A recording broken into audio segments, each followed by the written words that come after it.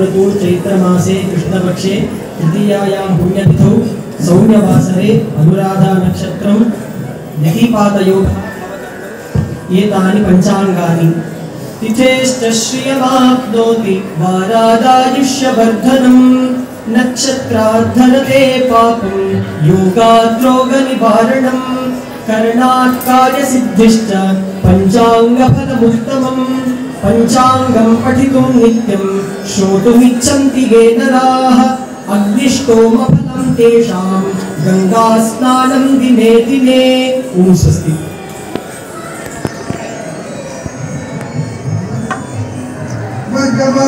सुप्रीत सद्गराज शुभप्रद निपुणात्मनिराधार दुर्गामांगभासुर ऋग्वेद प्रिय ऋग्वेद सेवामोधार।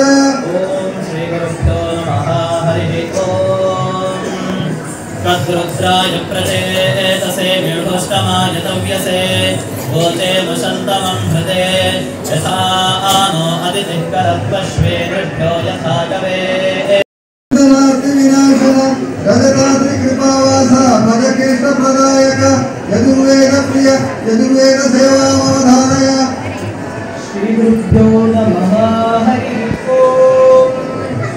ओम आब्रह्मन् ब्राह्मणो ब्रह्मवर्चसी जायतामास्मिन् राष्ट्रे राजं यशव्यशूरो महारथो जायतान् लोभ्रीते दुर्गोढा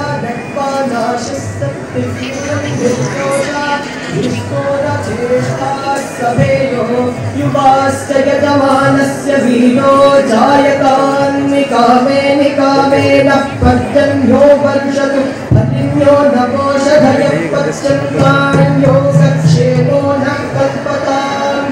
ॐ स्वस्ति।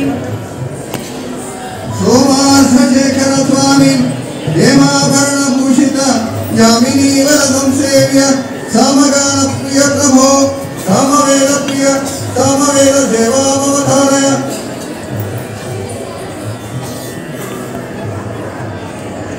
श्री गुरुभ्यो नमः। हरिः ओम।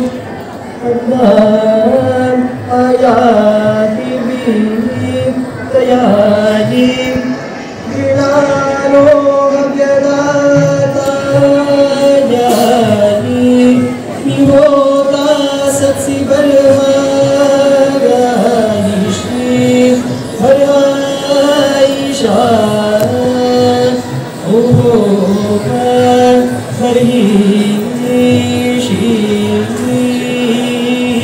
ओम स्वस्ति।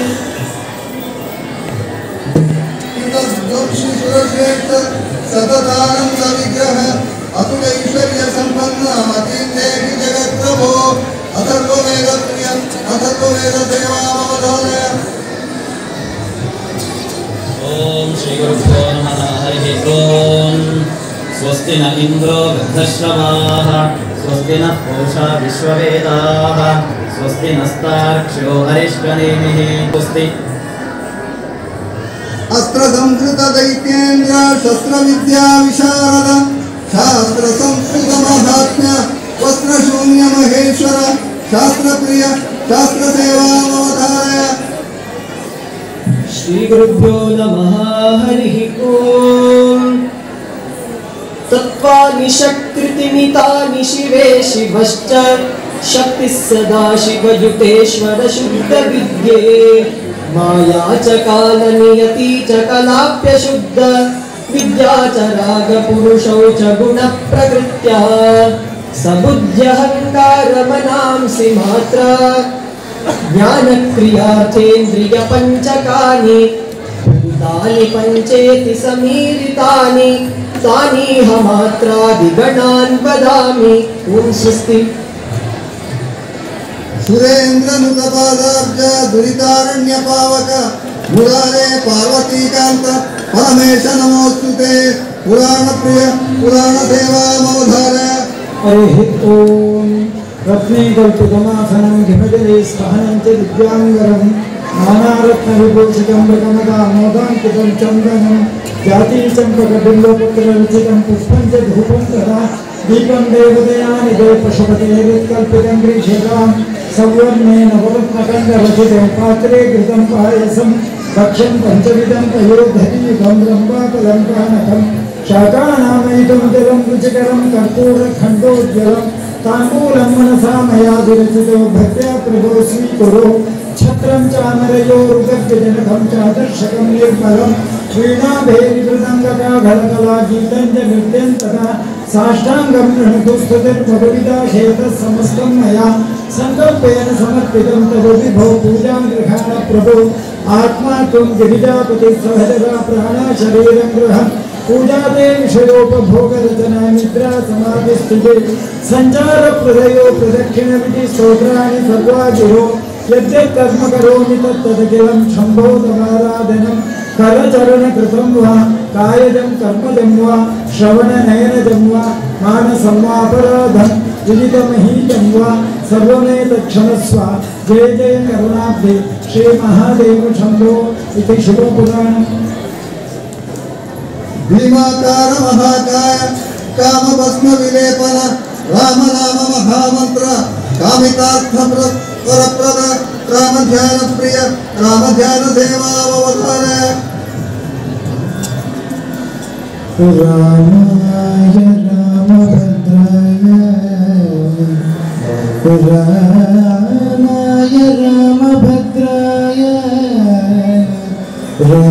रामचन्द्राय वेदसे रघुनाथाय नाथाय सीताय पतये नमः रघुनाथाय नाथाय सीताय पतये नमः हरे राम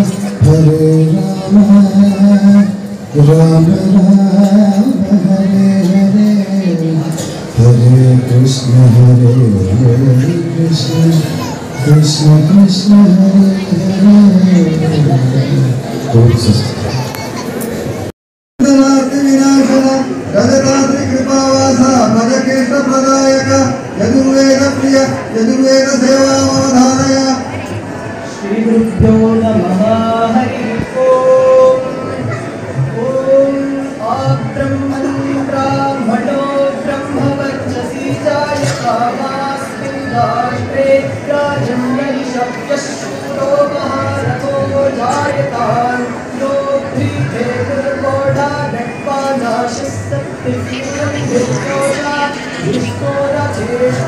सभेयो युवाश्च यजमानस्य वीरो जायतान् निकामे निकामेन पर्जन्यो वर्षतु फलिन्यो नवोषधयः पच्यन्तान्यो सक्षेमो न कल्पताम् ॐ स्वस्ति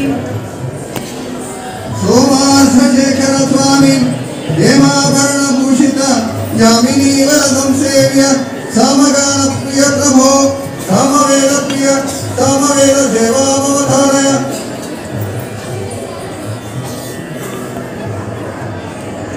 श्री गुरुभ्यो नमः हरि ओम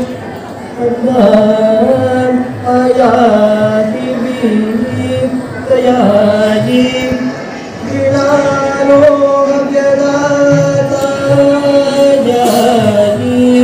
निहोता सत्सि बलहारायि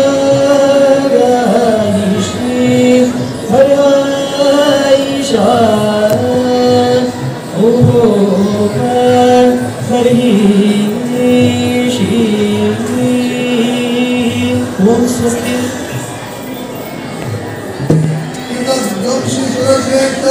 सततानंद विग्रह अतुल ऐश्वर्य संपन्न अतीन्द्रेहि जगत प्रभो अथर्ववेद प्रिय अथर्ववेद सेवावधारय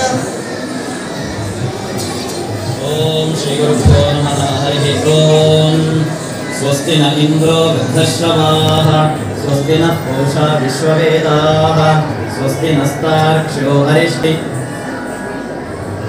अस्त्र संस्कृत दैत्येन्द्र शस्त्र विद्या विशारद शास्त्र संस्कृत महात्म्य वस्त्र शून्य महेश्वर शास्त्र प्रिय शास्त्र सेवावतारय श्री गुरुभ्यो नमः हरि ओम तत्त्वानि षट्कृतिमितानि शिवे शिवश्च शक्तिः सदा शिवयुतेश्वर शुद्धविद्ये माया च कालनियति च कलाप्यशुद्ध विद्या च रागपुरुषौ च गुणप्रकृत्या सबुद्ध्यहङ्कारमनांसि मात्रा ज्ञानक्रियार्थेन्द्रियपञ्चकानि भूतानि पञ्चेति समीरितानि तानीह मात्रादिगणान् वदामि।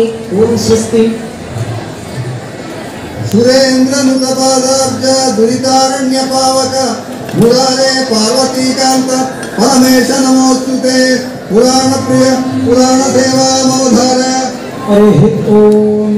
रत्ने कल्पितमासनं हिमजले स्थहनं च दिव्याङ्गरं नानारत्नविभूषितं मृगमदामोदाङ्कितं चन्दनं जातीचम्पकबिल्वपुत्ररचितं पुष्पं च धूपं तदा दीपं देवदयानि दे पशुपतेरित्कल्पितं ग्रीषितां सवर्णेन वरत्नकण्डरचिते पात्रे घृतं पायसं भक्ष्यं पञ्चविधं तयोधरीयुगं ब्रह्माफलं पानकं शाकानामयुतं जलं रुचिकरं कर्पूरखण्डोज्ज्वलं ताम्बूलं मनसा मया विरचितो भक्त्या प्रभो स्वीकुरु। छत्रं चामरयोरुदग्धजनकं चादर्शकं निर्मलं वीणाभेरिमृदङ्गकाघलकलागीतं च नृत्यं तदा साष्टाङ्गं प्रणतुस्तुतिर्भगविदा शेतः समस्तं मया सङ्कल्पेन समर्पितं तव विभो पूजां गृहाण प्रभो। आत्मा त्वं गिरिजापतिः सहजरा प्राणा शरीरं गृहम् पूजाते विषयोपभोगरचना निद्रा समाधिस्थिते सञ्चारप्रदयो प्रदक्षिणमिति स्तोत्राणि सर्वागिरो यद्यत् कर्म करोमि तत्तदखिलं शम्भो तवाराधनं करचरणकृतं वा कायजं कर्मजं वा श्रवणनयनजं वा मानसं वापराधं विदितमहीतं वा सर्वमेतत्क्षमस्व। जय जय करुणाब्धे श्रीमहादेव शम्भो इति शिवपुराणम्। भीमाकार महाकाय कामभस्म विलेपन राम नाम महामंत्र कामितार्थ वरप्रद राम ध्यान प्रिय राम ध्यान सेवावतार। पुराणाय रामभद्राय पुराणाय रामभद्राय रामचन्द्राय वेदसे रघुनाथाय नाथाय सीताय पतये नमः। रघुनाथाय नाथाय सीताय पतये नमः। हरे राम राम राम हरे हरे हरे कृष्ण कृष्ण कृष्ण हरे हरे।